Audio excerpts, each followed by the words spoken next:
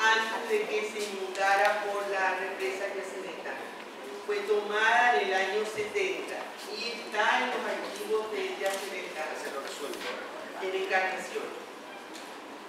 Entonces, en este artículo analizo el impacto que tuvo la construcción de la hidroeléctrica Yacyretá en la vida de los indígenas del Baekú, el Tecojá, el territorio de todas estas islas y también la parte de tierra se denominaba por los Baekú. Y este fue el Tecojá, el territorio que desapareció a causa de la represa. Este territorio estaba situado al sur de la región oriental del Paraguay y abarca tanto el departamento de Itapúa como el de Misiones. La hidroeléctrica Yacyretá se construyó sobre el río Paraná a la altura de la isla Yacyretá, Talavera y Apipé, que eran las tres islas que conformaban este territorio del Baekú. Las obras de la represa y su área de influencia se localizan, como ustedes saben, en Encarnación y Ayolas, en el territorio paraguayo, y en Posadas e Ipuzangó, en la Argentina. Aquí vamos a presentar un breve análisis histórico del proceso de desalojo y posterior relocalización, como le llamaban en Yacyretá, de los lugares, y el impacto que yo llamo impacto global, que el mismo causó en la existencia de estos indígenas. ¿Y qué entiendo por impacto global? Los daños globales, es decir, la influencia en general destructiva en todos los sectores de la vida de este pueblo indígena, desde su población y las condiciones materiales de su sobrevivencia, hasta sus concepciones de vida y visiones del mundo. Al mismo tiempo, esos daños raramente son exclusivos a una población, sino que afectan como todo a una etnia o a una cultura. Lo que sucedió en el Baekú tuvo sus consecuencias en los lugares del norte, en los lugares del centro y también en lugares que en este momento están viviendo en Brasil, ¿no?, que emigraron desde esta zona luego de la inundación. De lo que ellos llaman, voy a explicar después, el menguá, la desgracia o la maldición o el maligno que cayó sobre estas tierras, ¿no? Así es como los Mugá se refieren a la represa. Iniciaremos un análisis con una descripción sumaria de la ocupación del espacio geográfico, del sistema político y religioso de los Mugá y cómo estos sistemas fueron afectados por la represa. Y en segundo término, intentaremos elucidar cómo los indígenas construyeron y significaron su situación como colectividad ante el impacto que causó este emprendimiento hidroeléctrico. Los Mugá desde tiempos coloniales, ciertamente, han reflexionado su relación con la sociedad envolvente, expresándola por medio de su sistema simbólico, lo que Ana María nos acaba de decir muy claramente, ¿no?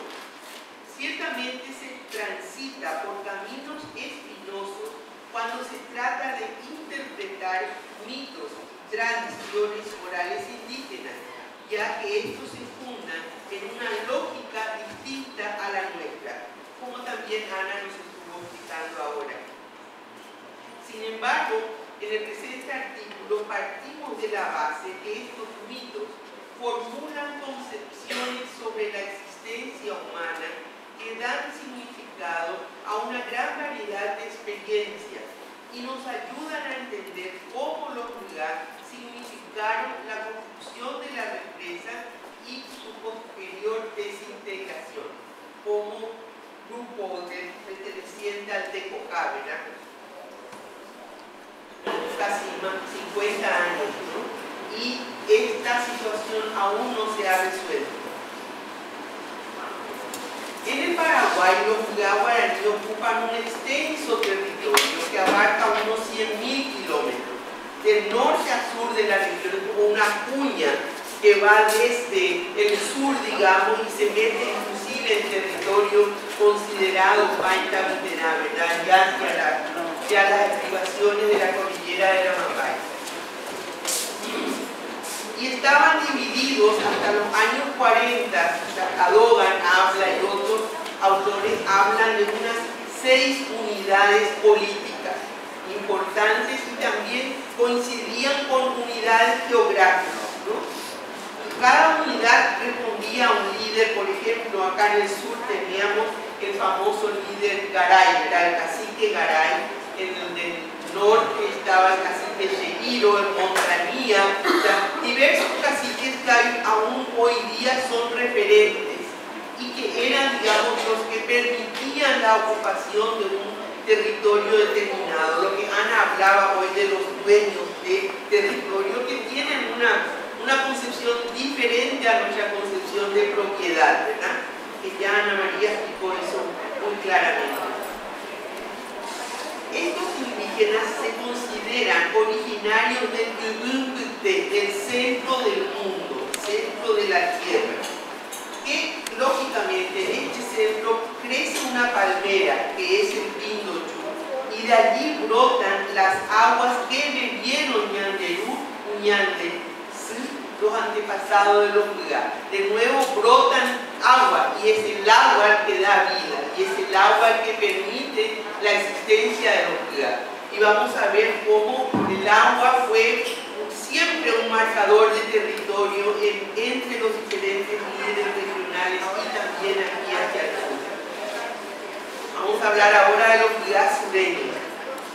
Los conquistadores españoles que llegaron a esta región, ¿verdad?, encontraron habitada por excelentes canoeros. Ya hoy varios autores, varios colegas hablaron de los canoeros. Y la doctora Branca Susti, que para mí es una autora fundamental para entender la historia de los guaraníes en el Paraguay, habla también de los guaraní canoeros, ¿verdad?, los sureños canoeros o los guaranáes canoeros, que tomaban todo el río Paraná. Estos canoeros paranaes se negaron, dice Susti, a plegarse a la vida de las reducciones jesuíticas justamente por preferir la vida en las islas y en la costa del río Paraná, que les posibilitaba, dice Susti, acceder a fuentes de abundante pesca. Estas islas fueron ocupadas y las islas de Yacyretá, que desaparecieron, estaban ocupadas ya desde tiempos coloniales. Estos cultivadores canoeros, como le llama Susti, fueron los que iniciaron una de las primeras rebeliones guaraní contra los españoles, que se realizó cerca del río Aguapelú, situado a unos 30 kilómetros de la isla Yacyretá, y fue organizada por estos paranaes. Y Chávez, en 1976, dice que luego de varias horas de batalla, los nativos fueron derrotados y 3.000 de ellos asesinados. Descendientes de estos indígenas paranaes, y descendientes no estoy diciendo aquí biológicos, sino del patrimonio de los paranaes, como también Ana María estaba explicando, ¿no? Son estos indígenas Huigá sureños que habitan a lo largo del territorio del río Paraná, tanto en Argentina, lo que hoy es Argentina y lo que hoy es Paraguay, ¿verdad? En la historia de estos Huigá sureños, en su historia oral, hablaba de la existencia en tiempos antiguos de una gran aldea, un Tecojaguazú, que se denominaba el Baetu. En las cercanías de la actual ciudad de Ayolas estaba la aldea más grande. Esta aldea estaba conformada de por pequeños tapuiqueños, aldeas más pequeñas, familias extensas más pequeñas, ¿verdad?, que ocupaban las diferentes islas. En Talavera, en Benito, en Caigüe, en la costa del Paraná, en la isla Yacyretá, por supuesto. Y Baetú significa tambor que se utiliza durante las ceremonias religiosas. Otra vez este significado religioso del territorio es muy fuerte entre los Huigá. el Paraguay. Los Pugá son los que con más persistencia lucharon contra la colonización. Se negaron hasta hace muy poco a ser censados, por ejemplo, ¿verdad? Creo que recién en el censo del 2012 las comunidades Pugá accedieron a ser censadas, fundamentalmente porque les interesaba asegurar su territorio, ¿verdad? Pero en censos anteriores muchos Pugá dijeron no queremos ser censados, nosotros no somos paraguayos y no tenemos por qué entrar en sus libros, ¿verdad? Y eso sigue siendo muy fuerte en muchas comunidades, sobre todo en el área de San Rafael, aquí al sur de Itapúa. En las escuelas muchos indígenas Pugá todavía niegan que sus hijos se paraguayicen dentro de la escuela, ¿no? Y con mucha razón, creo yo.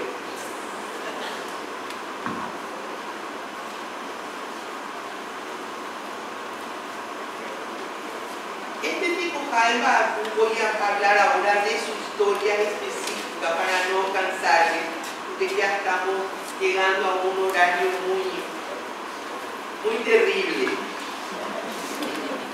Estas islas del Paraná y los montes de la ribera constituían un lugar ideal para los Pugá. Esta isla que ustedes están viendo ahí, el agua, el monte, el campo, ¿verdad? Que era un lugar de pesca, sobre todo, muy importante para estos Pugá que estaban en Yacyretá. En él encontraban todo lo que necesitaban para vivir, decían, me contaban, ¿no?, en sus historias. Una gran variedad de frutas, animales silvestres, peces. En los montes bajos existían bambusales como la tacuara, especialmente importantes para la producción de artesanía y excelentes suelos para la agricultura. Una característica muy apreciada era el aislamiento de la región, que permitía a los Pugá vivir libremente, lejos de toda influencia de los llamados Yuruá, los seres de boca peluda, palabra con que designan a los no indígenas. La historia de los Pugá del Bajú está íntimamente ligada a la vida y al legado de un cacique que se llamaba el cacique Vera, en la historia que ellos me contaban, ¿no?, de la región. Este cacique Vera era el Guruvishá Tenondé, el principal jefe para los Pugá del Bajú, hasta hace unos 50 años. Hoy día la disputa entre los líderes políticos incluye siempre la fidelidad o no a los mandatos de este gran líder espiritual. Inclusive hoy día, aquí en Pindó, que es la tierra donde algunos fueron relocalizados por la hidroeléctrica, este cacique Vera sigue siendo muy recordado. Quiero pasar ahora a otra foto. Este es uno de una choza, Pugá guaraní, con uno de los líderes, que fue tomado también en los años 70, antes de la represa. Les voy a contar por qué elegí esta foto, porque Yacyretá hasta ahora sigue negando que existían indígenas en las islas. Y aunque en sus archivos yo encontré todas las fotos, ¿no? Qué loco. Este cacique Vera, como líder, tenía varias funciones. Debía enfrentar los problemas que surgían por los miembros de la sociedad paraguaya y era a la vez un mediador entre las diferentes familias. Era también un líder espiritual, como siempre es entre los Pugá, ¿verdad?, que recibía su mandato directamente de Ñandero. En la memoria, Boyán hablaba de la memoria, ¿no?, de los Pugá sureños. Este Tecojá del Bajú tiene un profundo significado religioso. Los bosques del Bajú siguen siendo considerados sagrados. Se cree que el cacique Vera está enterrado en la isla Yacyretá, y ese es uno de los reclamos que ellos presentan a la entidad, ¿verdad? Estos bosques e islas no solamente tienen una importancia histórica como lugar donde vivían sus antepasados y donde están enterrados sus muertos, sino una importancia religiosa imposible de medir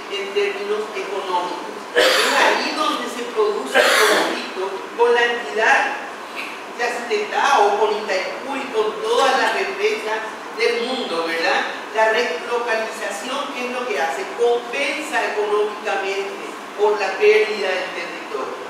Pero esta compensación es imposible de ser pagada en términos económicos, ¿verdad?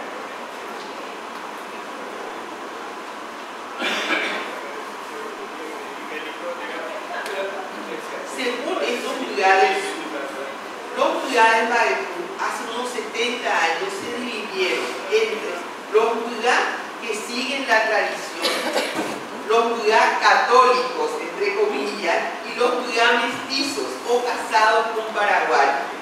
Los lugares Maipú obviamente se consideran descendientes de los primeros. Solo aquellos que siguieron la tradición del cacique Vera, dicen ellos, pueden ser considerados como lugares auténticos. La búsqueda continua de aislamiento geográfico y la preservación de su identidad como pueblo profundamente religioso es una de las características de este grupo. Lo que Ana nos decía hoy, buscar la sanación. Los lugares decían, buscamos la tranquilidad, el aguapuque, traduciríamos en tranquilidad, ¿verdad? Esa es una constante búsqueda de este grupo que está todavía en una caminada, ¿verdad? Como dicen los brasileños. Los lugares Maipú que aún sobreviven recuerdan que en el momento que escucharon los primeros rumores acerca de la confusión de la gran riqueza en sus tierras y sobre todo cuando los especuladores de tierra comenzaron a invadir su zona, entendieron que el lenguaje amenazaba su modo de vida, la maldición, digamos. Iniciaron entonces sus rituales de migración y diáspora, buscando nuevos espacios donde desarrollar su manera de ser lugar, su trecó, como dice siempre el padre Mesa, ¿verdad? Los lugares que en toda la literatura etnográfica se los describe como los caminantes, ¿verdad? La autora Zuni dice inclusive tienen el etos del Ohuatá, ¿verdad? El etos del caminante. Y en realidad cada vez que había un conflicto como este, la respuesta era migrar hacia otros territorios. Esa búsqueda de la tierra sin mar, a mí me parece que en realidad era buscar un lugar de tranquilidad, un lugar lejos de esta influencia, digamos, extranjera, paraguaya, argentina, española en otros tiempos, o de otros indígenas, así como Ana nos estaba diciendo, ¿verdad? El tema es que ahora esas tierras ya no existen, ¿no? El territorio ha sido cambiado. Ahora quiero hablar un poco de cómo fue el relacionamiento con la represa. No sé si estoy haciendo bien o mal. Arriba. Ahí está otra familia. Pantalla completa.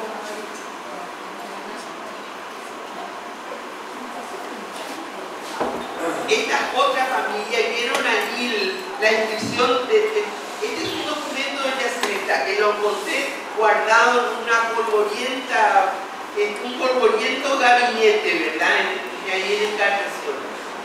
Que un técnico con mucho criterio fue fotografiando, porque él veía eso a pesar de que las fotos o el ecologista que hicieron el estudio en ningún momento encontraron a los lugares, ¿verdad? Pero este señor sí, pero bueno, se guardó y se caponeó, como decimos nosotros en Paraguay, se caponeó su expediente, ¿verdad? Y eso fue lo que ocurrió con él. Dice, no, vivienda y lugar de caza y pesca de indígenas en la isla de Yacyretá antes de la relocalización. Y muestra ahí una familia, uno de ellos que está ahora en Quindó. Este es el tipo de tierra, digamos, del Tecojanga, la chacra, ¿no? Con su paisaje, de cómo era la isla otra vez antes de que llegaran las aguas, ¿no? Y es esto mismo que estaban buscando en otras áreas. Muy bien. Cuentan los Buda que hacia el año 1974 los nuevos pobladores que llegaban a la isla, cada vez en mayor número, traían preocupantes noticias acerca de la construcción de grandes obras que implicarían la presencia de numerosos obreros, campamentos, máquinas, sobre todo Iapúa, que hacen ruido, que iban a venir, ¿verdad? Que dicha construcción inundaría gran parte de las islas. A fin de evitar conflictos, los Puyá comenzaron a salir y se mudaron, digamos, a la parte de Ayolas, a ubicarse. Este mismo temor a ser avasallados impidió que los Puyá fueran censados por la élite. Se negaron a ser censados, porque tampoco sabían muy bien cuáles eran los motivos de la élite para censarlos, ¿no? Junto con otro grupo de pescadores, agricultores, otros paraguayos que también estaban en la isla, que sí fueron censados, ¿no? Pero los Puyá, sabiendo que sus aldeas iban a ser invadidas, simplemente iniciaron una larga marcha, una penosa diáspora que para muchas familias continúa hasta el presente. Y esto para mí es importante resaltar, que esta relocalización ocurrió en los años 70, ahora en el 2015 continúa afectando a numerosas familias.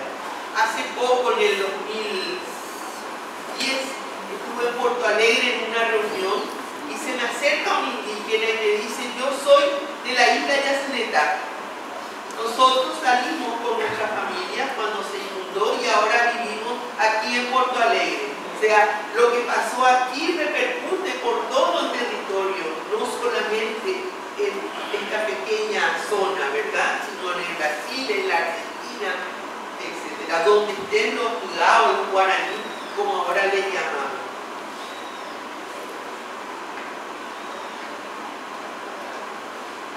Hice un relevamiento de los diversos grupos o familias extensas que ocupaban las islas y los tapuí. El primer tapuí de la isla de Yacyretá estaba liderada por el cacique Pedro Cabral. El segundo tapuí se llamaba San Rafael. Estaba formando del líder Paulino Cabral. Algunos de ellos desaparecieron, otros no tenemos noticias, otros como el tapuí Maepú de Vicente Vázquez, que está en la comunidad de Pindó, lo encontré allí. El tapuí de San Cosme y Damián, por Faustino Vázquez, que también se encuentra en esa zona, y el de Alto Verá, liderado por Guillermo Castillo. Estos son los tapuís del Gran Tecocá que desaparecieron cuando se inundó la isla, ¿no? El Yacyretá y Talavera sobre todo. Ninguna de estas aldeas pudo encontrar tierras adecuadas y las familias indígenas deambularon por diversas zonas, viviendo en severas condiciones de marginalidad económica y social. Solo un tapuí, en Yacyretá, conformado por 5 familias, permaneció en un extremo occidental de la isla. Los demás ocuparon temporalmente propiedades privadas, se ubicaron al costado de las carreteras y en algunos casos incluso habitaron los barrios marginales de Encarnación, vendiendo plantas medicinales o mendigando. Otras familias trabajaban en los basurales de las ciudades como Encarnación, Coronel Bogado, Obligado, las encontré allí, hice un censo y todas ellas provenían de las islas y estaban ahora ocupando los basurales. Algunos indígenas buscaron refugio en otras aldeas de Itapúa y otros, como dije, migraron a la Argentina y al Brasil. A pesar de 5 siglos de contacto diferentes, ¿no?, con la sociedad nacional y las economías internacionales, los Puyá, hasta la construcción de la represa, retuvieron una identidad étnica y una organización sociopolítica y económica propia. Sin embargo, la construcción de la represa los enfrentó con fuerzas que ya no podían controlar. El embalse destruyó la mayor parte de sus bosques y anegó gran parte de su territorio, reduciéndolo a áreas cada vez más pequeñas. Su antigua organización socioeconómica fue desintegrada con la dispersión de las familias y la desaparición de la base económica de este Tecocá, que ahora ya no existe. Y los Puyá se volvieron invisibles. Cuando empieza a construirse la represa, como dije, este documento se encajona y todos los informes de las ONGs que hacían trabajos en la isla para rescatar a los animales o para hacer trabajos arqueológicos, que hicieron muchos y muy buenos, no nombran de ninguna manera a estas familias, a ninguno de los casos. Los funcionarios de la EBI, representantes de organismos bilaterales, funcionarios de gobierno encargados de asuntos indígenas y representantes de ONGs ambientalistas omitían en sus informes. Para la mayoría de ellos, el emprendimiento de Yacyretá no afectaba a los lugares, estos estaban invisibles. Los estudios de impacto ambiental realizados al inicio de la construcción mencionan la existencia de abundante muestra cerámica y lítica recogida en las islas. Estos estudios deducen la presencia de aldeas en las zonas altas de la isla de Yacyretá y otras islas mayores, pero subrayan en tiempos antiguos. Del pasado remoto, lo estoy citando, entre comillas, cito lo que dice, del pasado remoto de estos habitantes testimonian las investigaciones arqueológicas llevadas a cabo en la isla de Yacyretá. Estas investigaciones permiten determinar que el hombre se estableció en la isla desde épocas muy tempranas. Su presencia fue evidenciada por hallazgos arqueológicos que son exhibidos actualmente en el Museo de la Entidad. ¿Cómo es posible que estos funcionarios, cito, fueron de la Fundación Moisés Bertoni? ¿Cómo es que no vieron a esta gente o no quisieron ver o los lugares simplemente se volvieron invisibles, ¿verdad?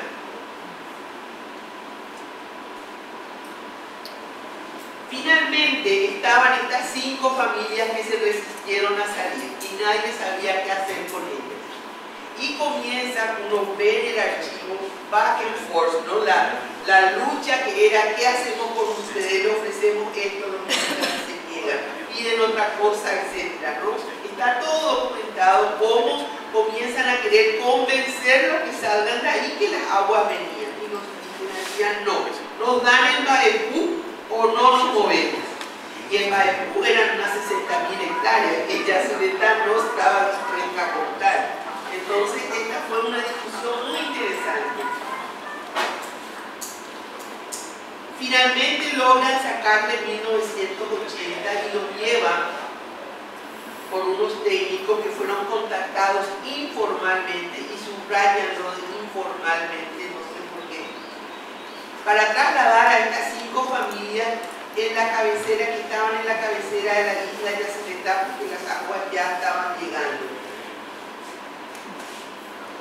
La primera reacción de los indígenas, dicen los técnicos, y cito, los líderes o caciques en una primera instancia no daban valor y mucho menos crédito a que la entidad se mostrara preocupada por ellos y cada una de sus familias. La brecha cultural y la imposibilidad de comunicación entre los indígenas y los representantes de la EBI se hace patente en los comentarios vertidos por los técnicos en sus informes. Algunos de ellos dicen, y cito, cada uno de los grupos visitados, las familias y sus líderes, se mostraban escépticos, cerrados, poco comunicativos, demostrando más bien poca preocupación a todo el emprendimiento.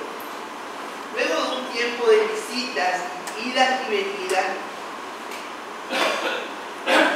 dicen que había muchas dificultades en la compra y deciden comprar 50 hectáreas en la zona de Atindú y trasladan ahí a la familia. Y fue muy interesante. Todo el sistema de ocupación del espacio guaraní, de tierra comunitaria, etcétera, desaparece. ¿Qué hacen los técnicos?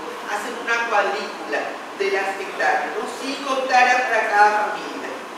Y las dejan ocupar una cuadrícula. Y eso fue el asentamiento artístico. Y les dan un título de propiedad a cada una de las familias. El cambio fue así tan drástico, ¿no? Uno ve los mapas que están en la entidad, ¿no? Saqué copia de eso, ¿no? Y muestra cómo la brutalidad de la acción.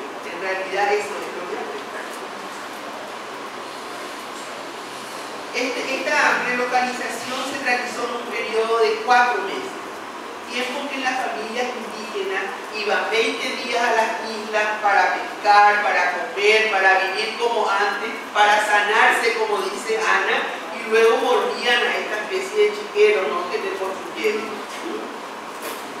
Luego finalmente se mudan con todos sus animalitos, sus enseres domésticos, sus herramientas, y van a este asentamiento. ¿Qué pasó allí? La actividad económica al principio era caza, pesca, porque iban a la isla. Cuando se funda la isla, comienzan a trabajar en la producción de postes y leñas para la obra, lavado de ropa para los obreros de la empresa, ¿verdad?, el trabajo asalariado y sobre todo la prostitución. La relocalización tuvo un impacto sumamente negativo en esta familia. Los agentes encargados de la relocalización tenían un total desconocimiento de la cultura indígena y la relación de la unidad estaba impregnada de prejuicios, estereotipos y downright racism, como dicen, ¿no?, abierto racismo. En un documento, uno de los textos describe sus dificultades para asentar a la unidad y dice que los indígenas son como niños que deben ser educados hasta que finalmente, eso entre comillas, finalmente logren el destete y se desarraiguen efectivamente de las islas. La Iglesia Católica, la Conferencia Episcopal Paraguaya, y comienzan a reclamar a Yacyretá por lo menos la devolución de parte de su territorio, ¿no? Y aquí viene una cosa muy interesante. Ana hablaba de cómo los estados nacionales se apropian del territorio, pero yo creo también que hay una forma legal de justificar esa apropiación y se da en estas leyes que yo considero etnocidas, estas leyes indigenistas que se dan en todo nuestro país, ¿verdad?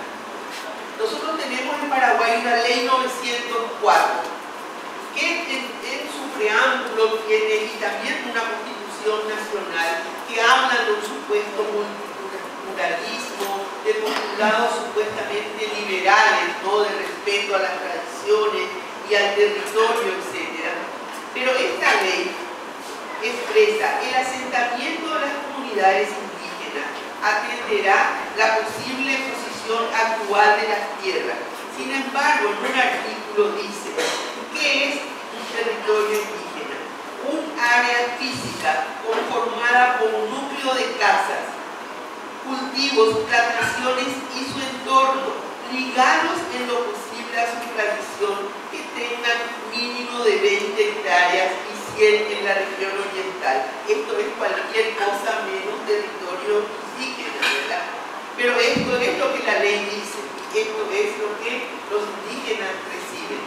Yo no conozco cómo se da en la Argentina, pero en Paraguay es muy claro.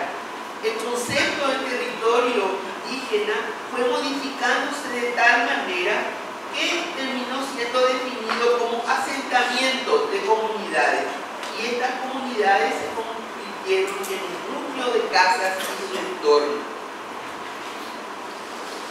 Me parece que cuando estudiamos el territorio también es importante incorporar aquí abogados que nos ayuden a entender cómo estas leyes fueron apropiándose del territorio indígena y justificando esta invasión, digamos. Sí, a ver si tengo otra. Este es un cacique, Faustino Vázquez, uno de los capuíes que sobrevivió. Él todavía ya es un viejito, ¿no?, pero vive en la comunidad de Pindó. Y esta foto fue sacada en la isla.